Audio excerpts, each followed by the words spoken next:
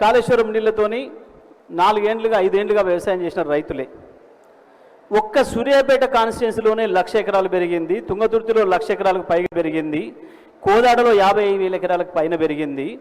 ఒక సూర్యాపేట జిల్లాలోనే 2.5 లక్షల ఎకరాలు కాళేశ్వరంతో మనం వ్యవసాయం చేసినాం. బ్రహ్మాండంగా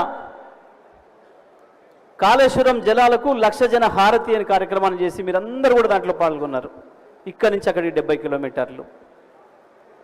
ఒక సూర్యాపేట జిల్లాల చివరిది కన్నెపల్లి నుంచి ఇక్కడికి వచ్చేవరకే 400 కిలోమీటర్ల దూరంలో ఉన్న మనకే 2.5 లక్షల ఎకరాలు సాగైంది.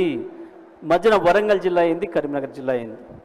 దీంట్లో ఉంటుంది అది మొత్తం కాళేశ్వరంతో కొత్తగా వచ్చిన ఆయకట్టు దాదాపు 19 లక్షల ఎకరాల చిల్లర, పాత ఆయకట్టు వివిధ ప్రాజెక్టుల కింద ఇంతకుముందు ఆయకట్టు ఏదైతుందో ఇప్పుడు నీళ్లు రాక ఇబ్బంది పడుతున్న పొలాలకి మళ్ళీ ఇంకొక 20 లక్షల ఎకరాలకు నీళ్ళు అందిస్తుంది కాళేశ్వరం.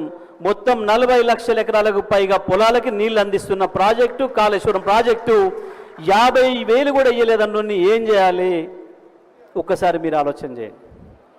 చాలాసార్లు అన్నాడు చెప్పు దొంగొట్టాలి,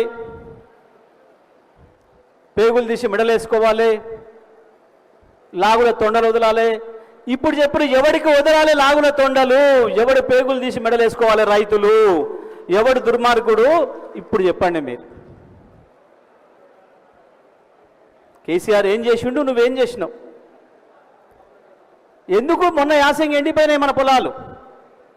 ఎందుకు ఎండిపోయినాయి పోయిన యాసంగి? 4 ఏండ్లు ఒక్కొక్క ఊరు చెరువులు అలుగులు పోసి పాకురు పట్టినాయి కదా రోడ్లు.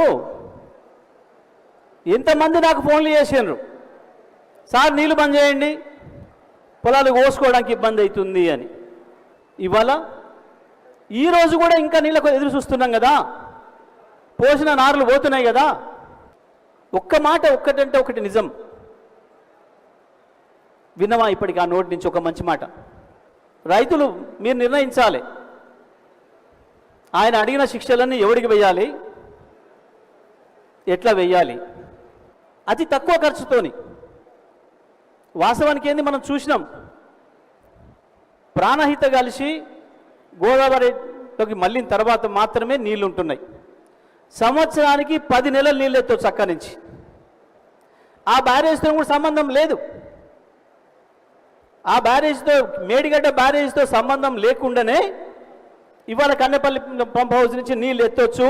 నేను మళ్ళొక్కసారి చెప్తున్నా, సూర్యాపేట రైతుల సమక్షంలో చెప్తున్నా, కేసీఆర్ చేతికి ప్రాజెక్ట్ని అప్పచెప్పు.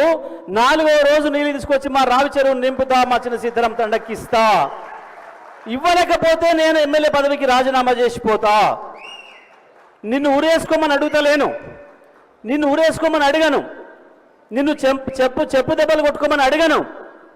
కానీ మా చిన్న సీతారాం తండకు వచ్చి ఆ రైతు చేతికి చెప్పిద్దాం, నీళ్ళు ఇవ్వకపోతే నన్ను కొట్టమందాం, నీళ్ళు ఇస్తే నిన్ను కొట్టమందాం. సిద్ధంగా ఉంటావా రేవంత్ రెడ్డి? సిద్ధంగా ఉంటావా చెప్పాలి.